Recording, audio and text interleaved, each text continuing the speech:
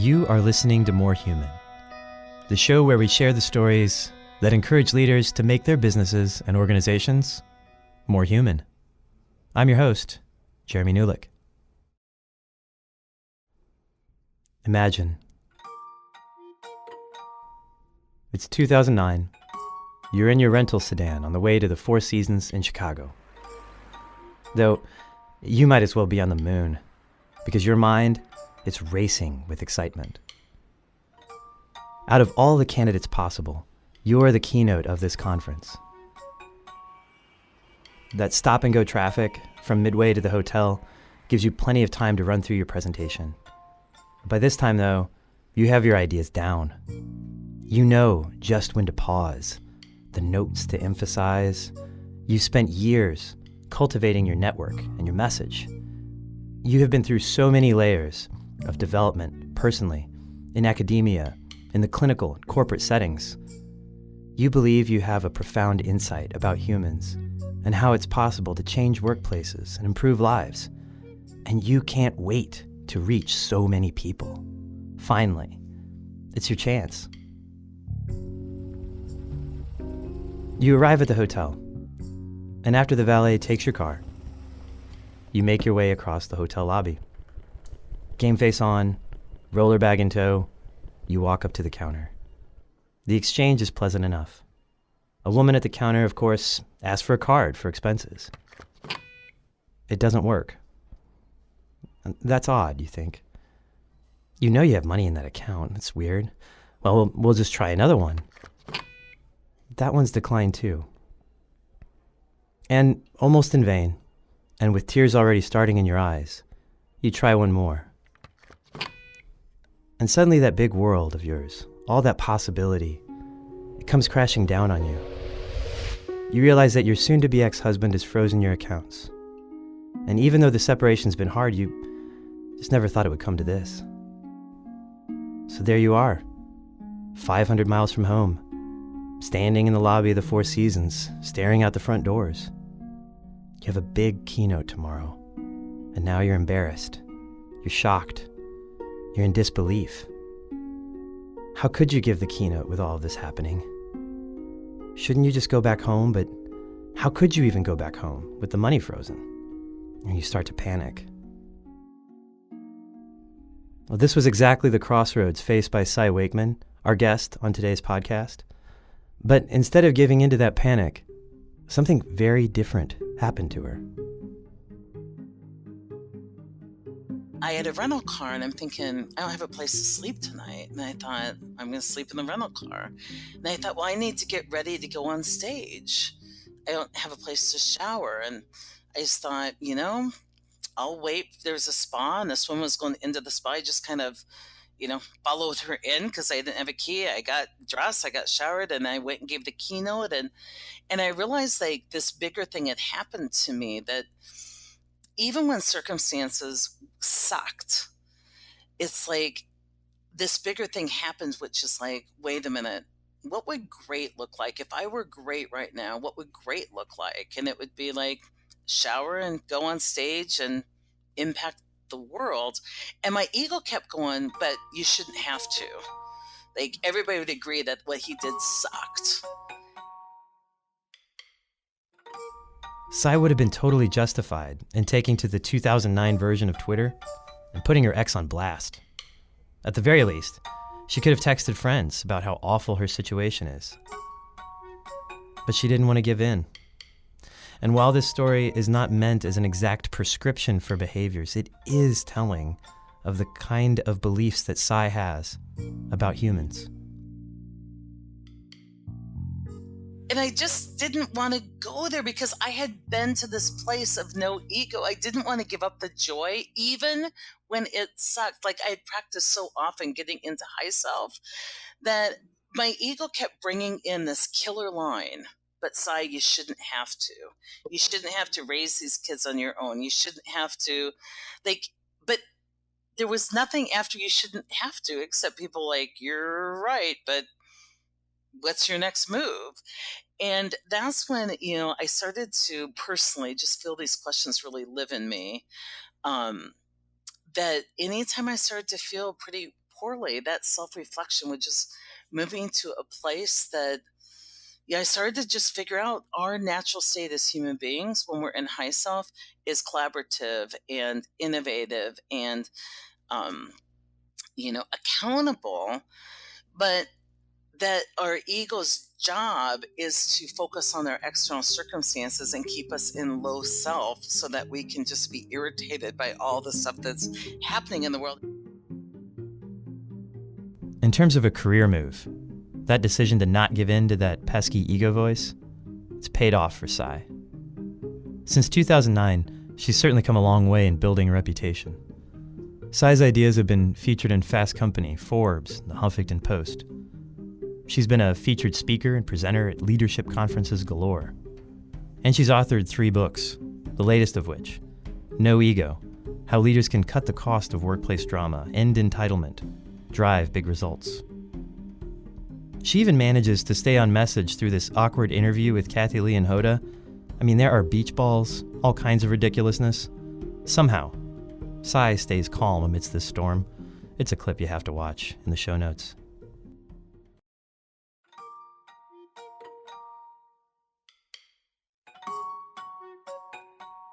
I first met Cy a couple of years ago at the Work Human Conference hosted by Globoforce. And as you can imagine from the story you just heard, she was instantly compelling. It's common to hear at conferences like that all of this sort of rah-rah, humans are great talk. But what Cy brings to the table is something very nuanced.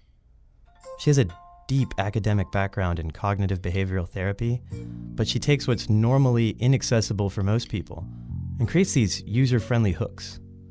And these mantras, principles, are useful for any human hoping to be more effective in their interactions with other humans. And that kind of sensitivity to making big ideas accessible is even reflected in how she describes what she does.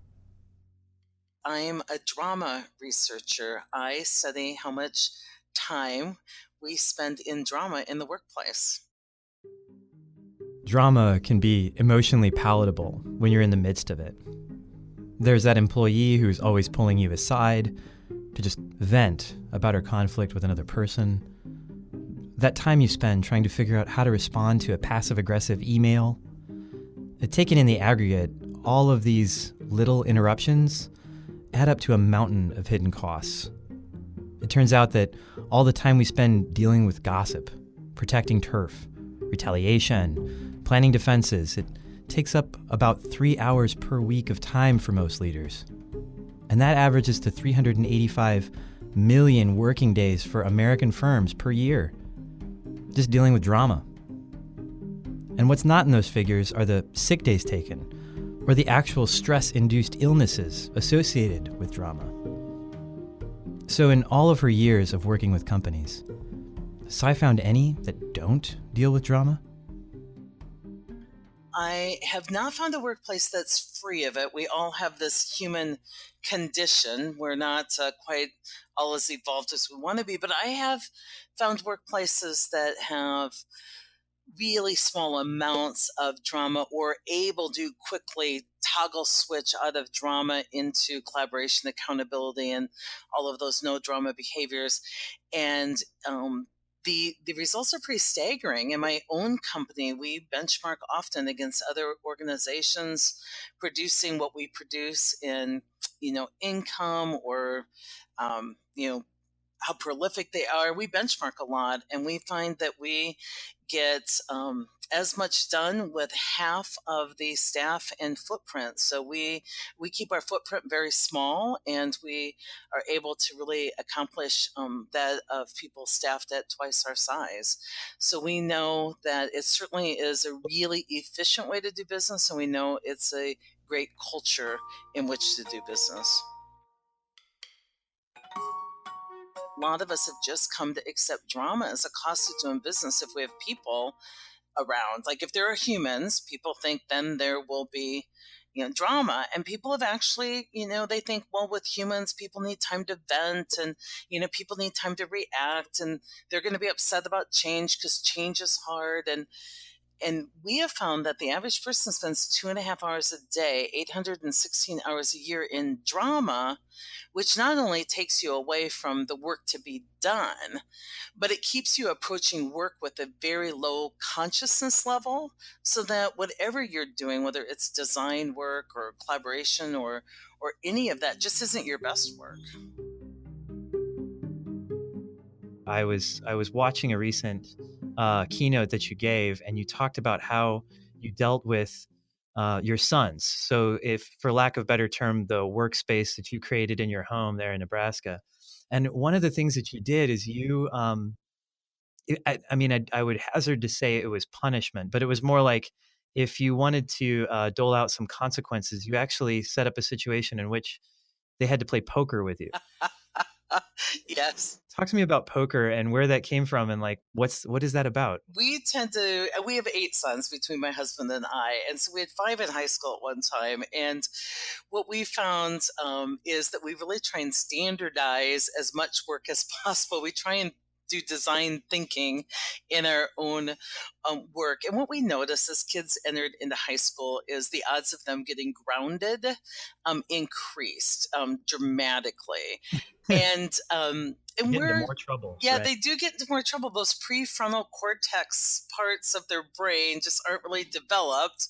And with boys, they tend to especially make some tough choices. And, people say to me, I bet your kids are well behaved because I teach accountability. And I said, no, but they are well consequenced.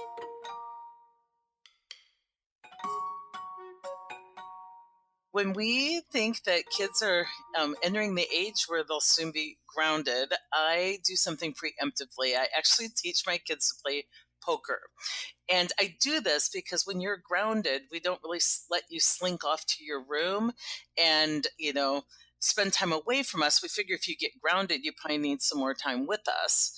And I love to play poker. And so I teach my kids to play poker. And then when they're grounded, I play poker with the groundeds on Friday and Saturday nights. So whoever's on consequence plays poker with me. And I've had to enhance this design. I noticed from their feedback they weren't really motivated to play poker with me. So I implemented that they would play poker and the stakes would be their next week's allowance. So that would just motivate them. It's kind of double jeopardy that I It's would like very literal skin in the game skin in the game. approach. Yeah, Exactly. absolutely. You're in for the weekend and you're betting next week's allowance. And, interacting with my boys, one, it keeps me really young, but it also just gives me so much just good observation of human behavior. And so I had taught one of my sons to play poker. We'd done all the practice rounds, and he finally gets grounded. And it's Friday night, and I'm playing with the groundeds. And I dealt the cards, and I said to my son, I said, so Charlie, this is now for real. We're not just practicing. This is your allowance. This is real. The stakes are real. Go ahead and place your bets. And he just stuttered. He like looked at me and he's like, well, what do you mean place my bets? I want to see your cards first. And I'm like, well, Charlie, that's not how poker's played. When I was teaching you, I would show you my cards, but you're out of training. Like, that's not how poker's played. You place your bet. You're betting on your cards and your skill, right? And as the stakes get higher, we show more. And he just couldn't bet. He kept saying, but mom, please just show me your cards. I don't want to, risk my allowance. I want to know that I'll win or that I'll at least, be in the ballpark before I bet. It really dawned on me. One of the things in my research found as a source of drama is people withholding buy-in and people not realizing that buy-in is actually a verb. And in all this realm of engagement, organizations are really teaching their people that it's an organization's job to buy you in. And I really see people come to work with some conditions. I'll buy in as long as we have the information we need and we have the time we need and we have the staff we need and priorities don't change. And, we're not asked to do things we weren't consulted on. And people are approaching work with these conditions. And it's really dumbing down the work, because what I want people to know is that buy-in's a verb, and they're betting on their skill and their connections and their ability to crowdsource and utilize others. And I think too many times some of the drama comes from when we start to fall under that spell that we've got to buy people in and bargain and kind of sweeten the pot. And when I can teach people that the first kind of move in accountability is to really commit, and here's the deal: to commit knowing reality will be in full force. So when I come into work, I add value because I'm pretty sure I'm betting on my skill set that reality will be there. I won't have all the resources I need, and there will be surprises, and there will be too few of people to help, and priorities will change. And I'm stepping in and leaning in, saying that that's the value I add as a human being, is in imperfect circumstances, not perfect circumstances.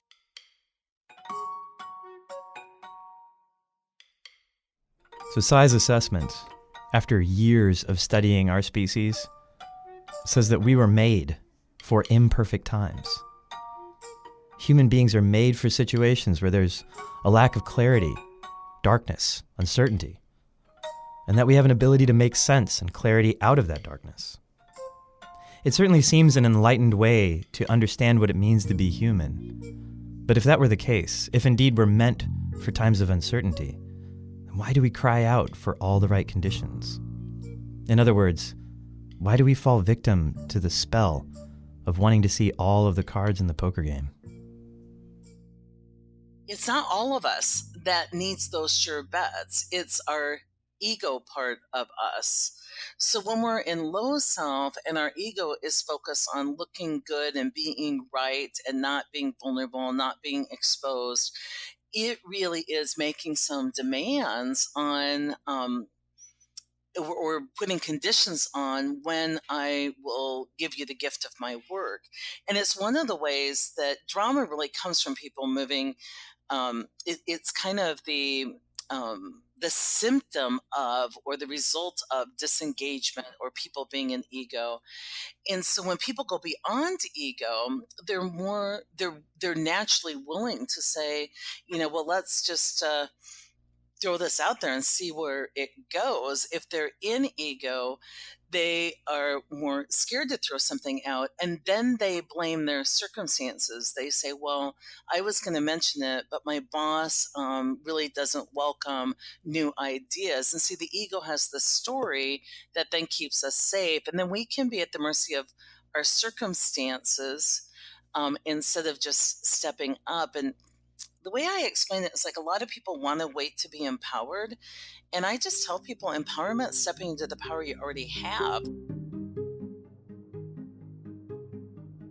But there's a real difference between kind of ego and confidence. Confidence is like, I know I have a good data point to add to the big crowdsourcing going on here. I want to make sure when you're crowdsourcing that I've offered up my data point so that the Google search is complete.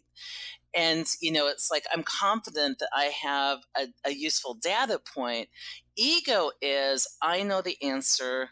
I know the preferred way. I am right. And if I'm not sure that I'm right, then I am withdrawn and conditional. From the way Cy describes it, it seems like this line between confidence and ego can be a thin one at times. A lot of us, I'm certain, have experienced that kind of feeling. How can I know if I'm creating drama or just working out difficulty? How do I know if I'm acting out of ego versus a higher self, as Cy calls it? When I looked at the sources of drama and trying to look at how we fuel or diffuse drama, I found out that over a third of drama comes from what we call ego behaviors. So, venting, scorekeeping, judging, gossiping, tattling, like just this this disgruntlement with our circumstances, and the focus goes into being kind of a victim. And most people, what they don't realize is when they're being played by the ego. And so what happens with the ego is that people start believing everything they think. And so when people ask me my best advice, I go, here's where you start. Stop believing everything you think.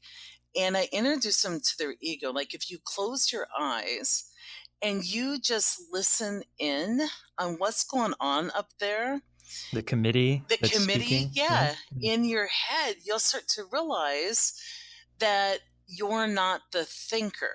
And it's a big realization for a lot of people. You're being thought. And for the listeners to, like, when you wake up tomorrow, just notice that you don't think, I'm going to start thinking. That when you wake up, you're already being thought. And so that's the first realization. And then the second one is that if you understand how your mind works, your ego is like wearing a pair of prescription glasses that are the wrong prescription. It absolutely corrupts the data you get when you scan your environment. So last night at the airport, I saw a woman letting me know when my next flight options would be. But my ego narrated this means that and turned her into the woman trying to ruin my entire life and career by refusing to get me on an airplane, right? So, my ex husband who wants an extra day with our children, my ego turns into a guy trying to take over custody of my kids who I'll never see again. Right. Like, so the ego is this thing that just adds on this story, and it corrupts our data, right? Somebody walks by us and doesn't say hello, and the ego says, "Oh, I know what that's about." Ever Yeah. since she got promoted, she thinks she's that in a bag of chips. I was in a meeting the other day, not to pile on, but I was in a meeting and I decided to make an aside with a colleague of mine, during when there was a presentation, and I leaned toward him and I kind of whispered something, and another colleague of mine was sitting in front of me, and he turned around and he said, "Hey, why don't you shut your mouth and listen to what's going on up there? Because maybe you don't know all there is to know, and maybe you should stop being such a jerk and being so damn disrespectful to the people in our organization and all that kind of stuff." At least that's what I heard. In reality, he turned around and he said, "Shh." Like, I love he just, that. yeah, but I didn't hear that at all. Yeah. I just heard, "You're a disrespectful person," all this other stuff. And I just made up an entire story. And Yeah. and I love your natural ability to just understand, like, the difference in that, because when somebody turns around and says, shh, if we are in low self and we see that ego story and we believe what our ego's telling us, then we have like this World War III going on in the workplace. And then we're going to focus on him. And when he doesn't aside, and we're going to, gossip about him. And it's just I'm going to this, fault find him like crazy. yes. Yeah. But what really happened, if you toggle switch into what I call high self, that I can explain, is you simply go, oh my gosh, thanks for the reminder. All right. So let's say I've identified, like a lot of people, that there are times I am bedeviled with this ego mindset. How can I break that pattern or disrupt my thinking? Can a person really fight back against their own ego? We often, punch that ego in the face. Like we often want to fight back. And instead of this distraction method or this bypass, the mind is unique in that it really has like this toggle switch, this light switch, low self and high self, that is really just a way to move quickly out of ego and into a better place. Um, but a lot of people don't know how to use it. It's self reflection. So if I am in ego, I'm venting, critiquing, judging, seeing people as my enemy, seeing the guy who shushed me as a big arrogant bigot who talks all the time in meetings. I don't know why he's suddenly judging me on it. Right. But if when that happens and I feel myself connecting to something stressful, I can just stop believing everything I think and for a moment just inquire, personal curiosity. I can say, wait a minute, what do I know for sure? He just gently shushed me. Just that power of self reflection changes everything.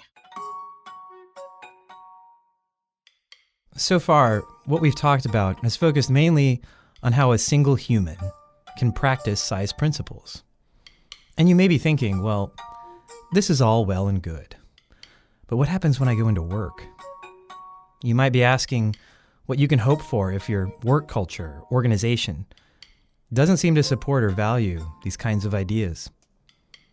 Now, a lot of people who discuss making business more human, and even some of the guests on our show, they have ideas about how to change systems and culture to make business better for human beings. But for Cy, however, as opposed to a top-down design sort of approach, her recommendation for leaders is to establish a groundswell of support for getting out of drama. As a leader, I just try and unhook them from doing things only if this circumstance exists. And I just say, whoa, whoa, whoa, whoa, whoa. What's your desire? Like, if you were great right now, what's your desire? Well, I just want to give my ideas freely and let them land where they may, and people get credit, where they get credit, great, then let's do that. Well, but the system doesn't reward it. I'm like, well, what if you unhooked from only doing things the system rewarded and got back to doing great things? I just work on unhooking people and inviting them to, what if we just do this? And I would also tell you that a lot of people cite culture or systems as this agreed upon excuse that we all buy into. And I've come to worry about how we use culture, because a lot of people, when they bring up the word culture or systems, they hardly ever bring it up by saying our culture really supports that. Our culture is amazing. Our culture really supports open dialogue. They usually say, our culture doesn't support open dialogue. Well, reality falls on a bell-shaped curve. And so if what they're saying is true about culture, they would cite culture as supportive as many times as they would cite it as not supportive. Does that make sense? It makes sense, yeah. And so I'm just saying that I don't worry about culture when I'm leading teams. I advise you to worry about climate. What I can impact is the climate of the 12 to 15 people around me, and we can establish our own climate and a microclimate. And then when enough people establish climates, then this good kind of global warming happens and the culture changes. But if we're all conditional on the culture, then we won't have the change that we're looking for. And it's in these moments that leaders can question people's thinking with lots of love and support.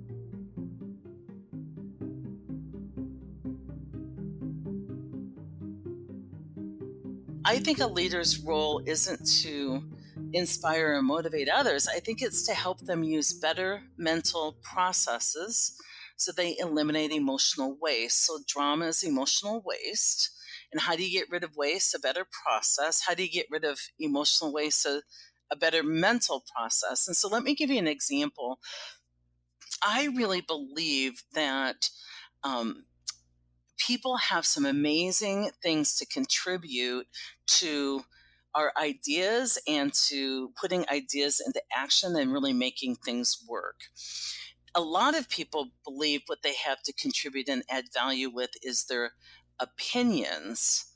And I believe what people add value with is their expertise. And so, just these in the moment when people say, Cy, do you want my opinion on this decision that was made?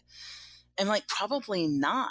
Now, that doesn't mean I don't want to bring humans into work, but opinions are usually anecdotal. They're statements of preference.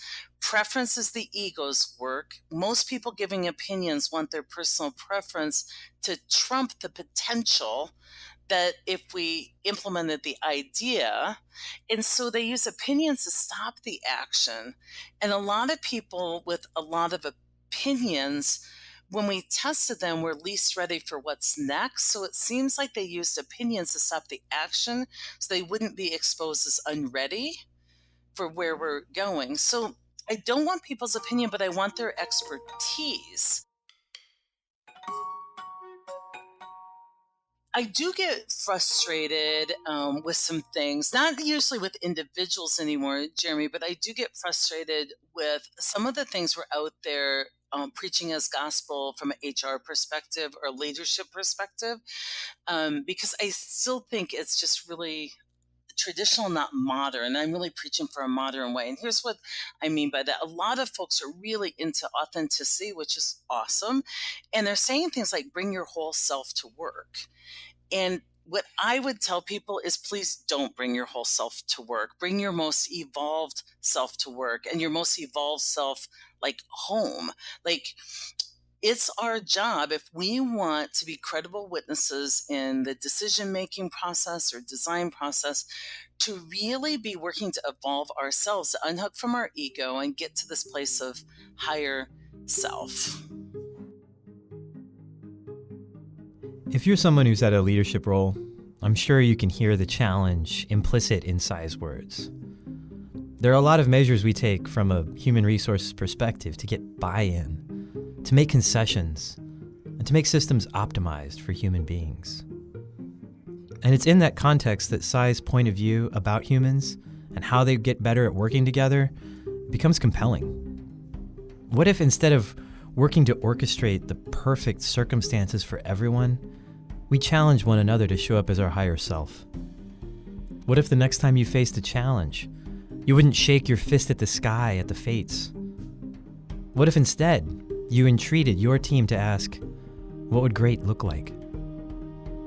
To learn more about Cy, her ideas, articles, videos, everything, check out our show notes on this episode or go to behumanproject.net. And if you want to see Cy in human form, you can buy tickets to the Work Human Conference. It's in March of 2019. Well, Cy is a keynote, so you know she's going to deliver, even if she has to sleep in her car. Get tickets at workhuman.com. This has been More Human, a production of the Be Human Project. Editing and sound design by Khalees Walker, with art direction by Steph Sabo. It's written and hosted by me, Jeremy Newlick, and we record and produce this thing at our studio at Big Wide Sky, a human business consultancy. To subscribe to More Human, search for More Human anywhere you subscribe to podcasts. And to learn more about the Be Human Project, or if you dig anything you've heard, check out our website, behumanproject.net. And visit often. We love humans.